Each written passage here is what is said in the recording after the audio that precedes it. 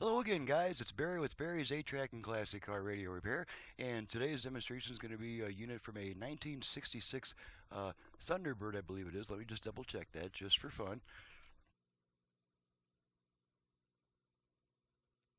Let's just see here. This is a... Oh, I'm sorry. It's out of a 67 Mustang. That's even cooler. So, and this unit comes from, now this customer has a very distinctive first name, so we'll just say this is from Mr. Smith in Atlanta, Georgia, and it's the usual pre-shipment performance verification test with a little twist. This time I'm actually going to be running the output of my little tablet wirelessly into the radio because this customer also requested the Bluetooth feature, so we're going to be checking that as well. So let's go ahead and turn this thing on.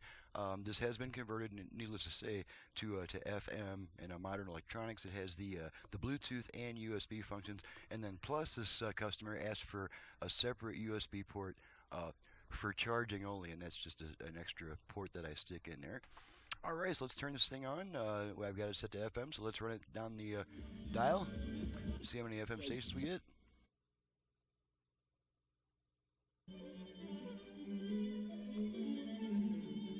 First report, obviously, was... Count that call. Good idea. Joshua, led by Joshua. 2 o'clock that day.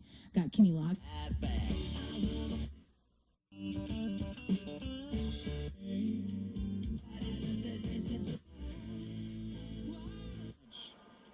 Check out Primavera Online. It's about 15 so far. Of Caldwell Banker Mabry.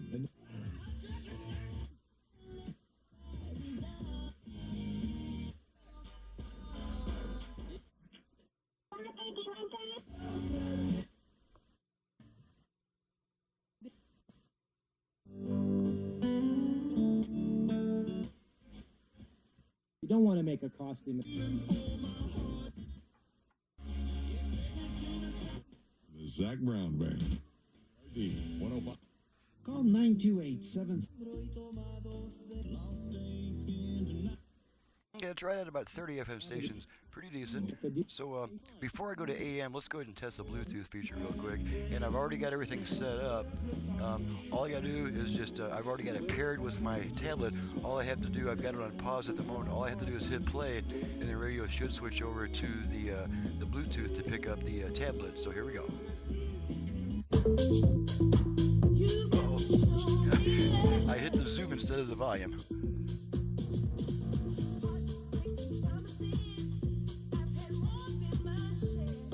Looks like what, Michael Jackson? No, Robin S. or whoever that might be. Gonna hit pause. Okay, now the radio's gonna hold on to that Bluetooth signal for a little bit longer than necessary, and that's just to make sure it's not constantly switching back and forth between quiet music passages between songs. Okay, there's the radio come back by itself. Zoom back out a bit. Okay, so that takes care of the Bluetooth feature. Let's go ahead and test the USB reader, and that's just a dongle that comes out. And I've got a USB stick containing my songs. I am a published songwriter. We'll just plug my songs in and make sure that it starts playing. Okay, there's my music playing. You can see the stick flashing, indicating data transfer. Now to skip to the next song, I just take my tuner. Give it a quick turn to the right, so on and so on.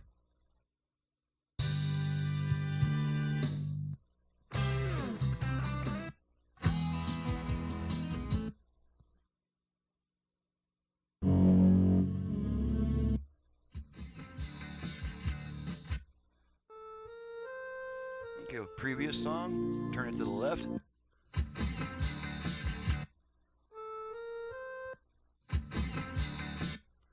So as you can see, what I'm doing here is I'm just going back and forth from the previous to the next song. Okay, now we're going to unplug the stick. Radio comes back immediately. Okay, now let's test the virtual volume and fader functions. As is often the case, the control shaft for the balance on this unit is missing, is gone. It's no longer available. So thankfully, the conversion electronics has a neat feature where you can use the tone control as both your left-right balance and your front-rear fader, even if your radio didn't have either of those controls to begin with. So what we're going to do here, we're going to bring our output level meters into the picture so we can see the results of our adjustments. Going to put our radio upper left-hand corner, and I see I need a little bit more iris on my meters, but we can still see them. All right, so we're going to activate the virtual front-rear fader. We take our tone control twice to the right, each time returning it to its original position. So the first thing I'm going to do is rotate the control to at the center, so I've got room to turn it. I'm going to give it 2 quick turns to the right, and you should hear a voice prompt saying fader function or something like that. So here we go. Fader adjust. Okay, fader adjust. Okay, now you can see this tone control is adjusting my front rear speaker balance. And as long as you keep adjusting it, it'll keep letting you adjustment. And then when you're satisfied with your adjustment, just stop adjusting the control. And you have that one tone indicating that that setting has been saved, and you can now return your tone control to your optimal listening position. Now let's try the same thing, except we're going to activate the left-right balance control. Same procedure, except we rotate the tone control twice to the left. Here we go. Okay, it didn't quite make it that time. Let's try it again. Balance adjust. There we are. The circuit is a little touchy. Takes a little bit of little practice to develop the right feel. Look as good as the day I met you. I forget just why I left you. I was insane. Okay, so that takes care of that.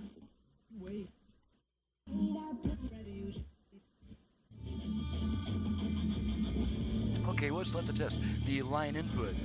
Okay, so we have a line input. I'm just going to feed a quick test tone into the line input jacks. Make sure that it switches over. Okay, there's one side. There's the other side. Okay, now it will wait 20 seconds before the radio comes back on for the same reason that it waited a while to come back on after the Bluetooth feature. And so we're going to wait another 10 to 12 seconds. Radio will come back by itself, and then we'll be ready to test the 8-track function.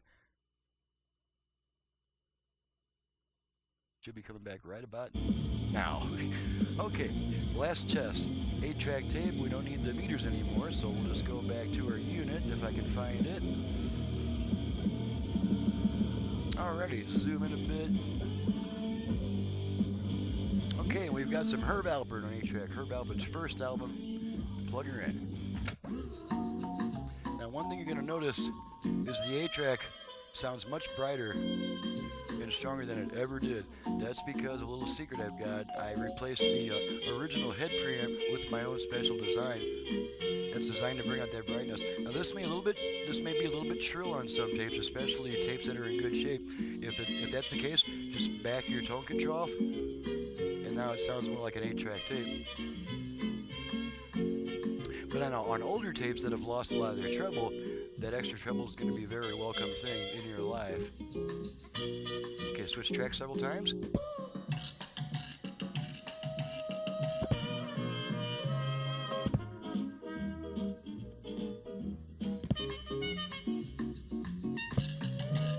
Okay, now after the tape, the radio will immediately come back. There's our radio back. Let's try one more tape just for fun. Okay, there we go.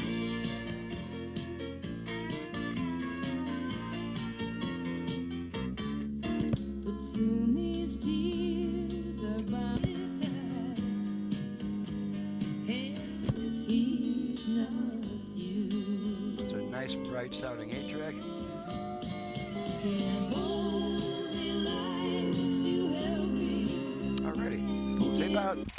Radio comes right back on, and I believe that concludes the test. We've tested, the only thing we have not tested is the dial light. Do that real quick. You can see it flashing on and off in response to my command. So the dial light is now tested, everything's cool. She's ready to go back to the customer. And I'm ready to get on to the next job, and so I'm just going to get on out of here with my usual spiel. This is Barry with Barry's 8-Track and Classic Car Radio Repair. Needless to say, I perform modern conversions on classic car AM radios and even AM FM radios that have pretty much exceeded their expected lifespan.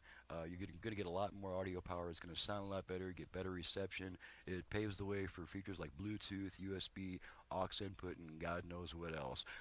You can reach me at 928-533-9666. My website is in the description below. Thank you very much for watching and listening. We'll see you next time.